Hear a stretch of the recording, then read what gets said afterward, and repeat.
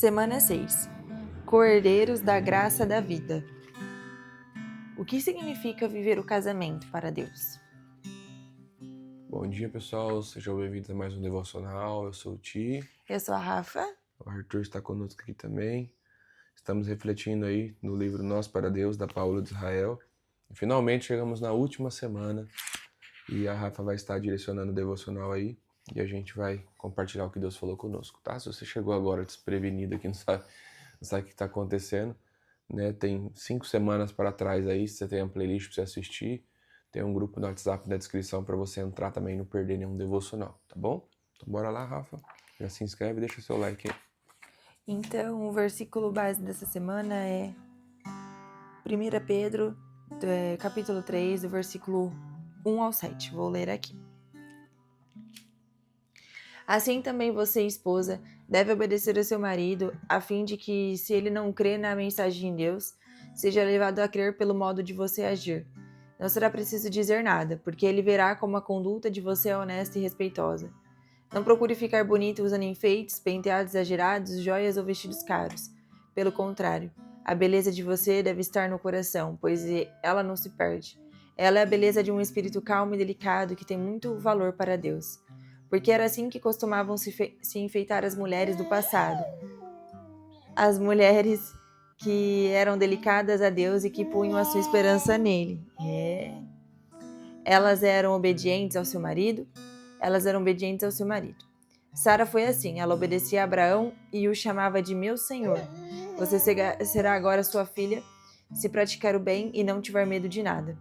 Também você, marido, na vida em comum com a esposa, reconheça que a mulher é o sexo mais fraco e que por isso deve ser tratada com respeito, porque a esposa também vai receber junto com você o dom da vida, que é dado por Deus. Age assim para que nada atrapalhe as orações de vocês. Agora, vou ler aqui. Segunda-feira, introduzindo o papo. O que significa viver o casamento para Deus? Essa é uma pergunta que nos faz pensar sobre o que de fato sustenta o relacionamento entre marido e mulher. Para muitos, o casamento é visto apenas como uma união entre duas pessoas. Saúde! Mas na perspectiva bíblica, ele é muito mais. Pedro, ao escrever sua carta, nos apresenta algo revolucionário para o seu tempo. A ideia de que marido e esposa são cordeiros da graça da vida. Naquela época, era comum a existência de textos conhecidos como catálogos domésticos.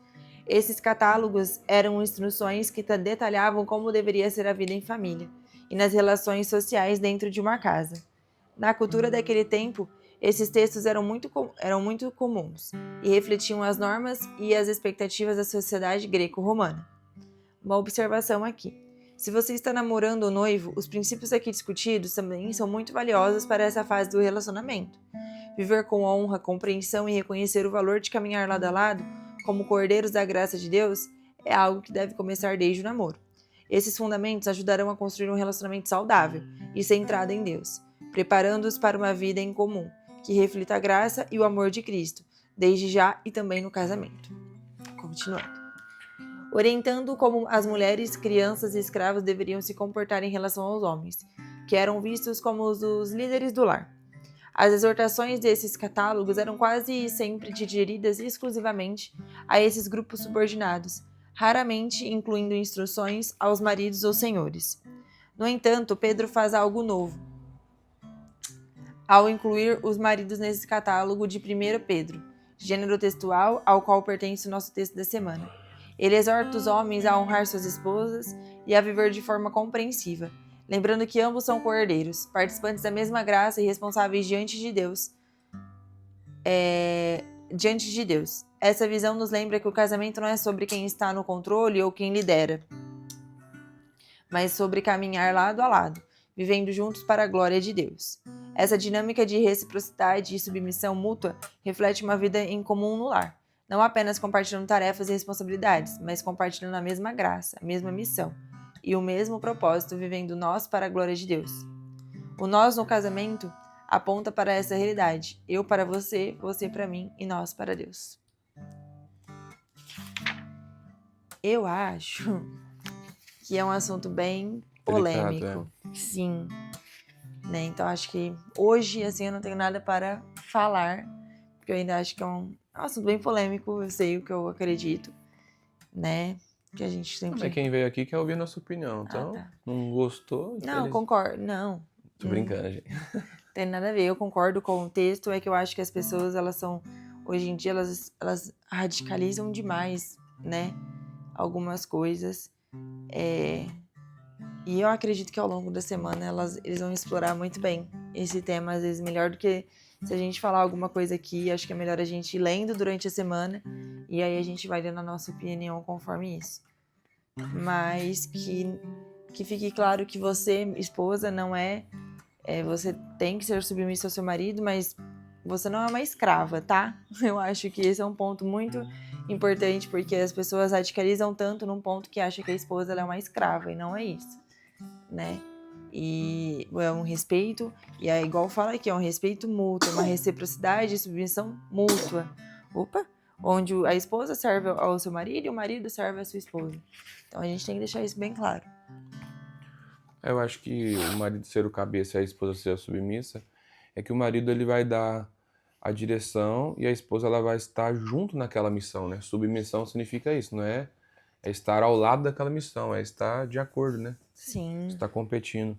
E eu acredito que muitas vezes também o marido, por estar sendo o cabeça, ele vai quebrar muito mais a cabeça do que a mulher. Então, por isso que fala que a mulher a mulher sabe edifica a sua casa.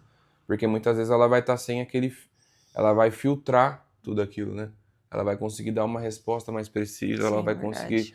talvez, ser a mulher de intercessão. Não que possa, às vezes, a mulher dar uma ideia, alguma coisa, mas... Enfim, isso daí foi uma direção de Deus e é algo que tem funcionado bem no nosso casamento, no nosso relacionamento.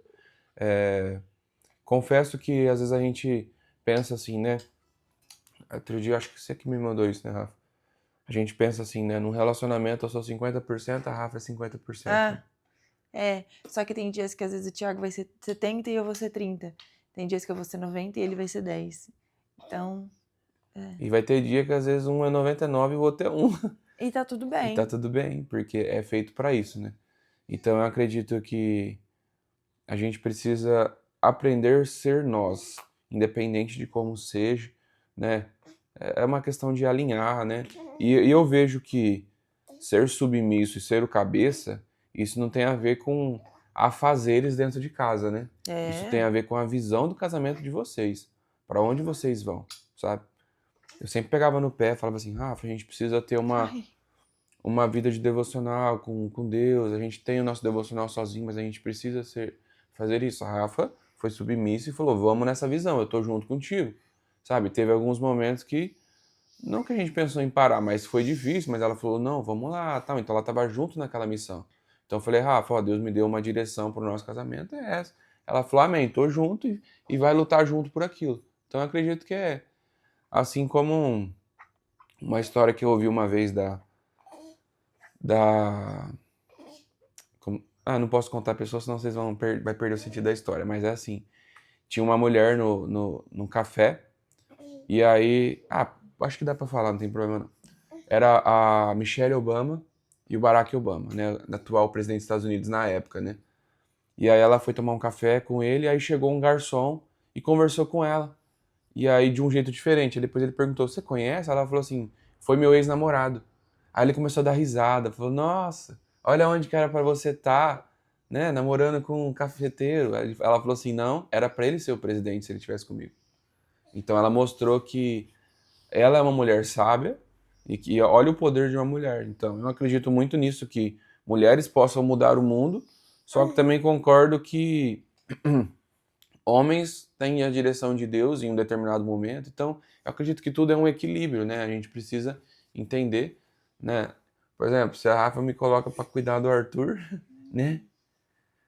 Talvez não dá muito bom, porque a mãe feminina, mulher, ela tem um jeito diferente com a criança. Não adianta, né? O pai pode aprender uma coisa, aprender uma outra, mas a criança tá ligada, né, na barriga pelo cordão e depois por um sentimento ali, algo incrível. Então, eu acredito que a junção de tudo isso vai dar uma família perfeita, um casamento perfeito.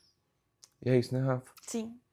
Espero que Deus tenha falado no seu coração. Compartilhe esse vídeo aí com uma família que precisa ouvir sobre a palavra de Deus. E se você sentir no coração de comentar, a gente vai estar amando ler e responder aí também, tá bom? Deus abençoe. Até amanhã. Até amanhã. Última semana, hein?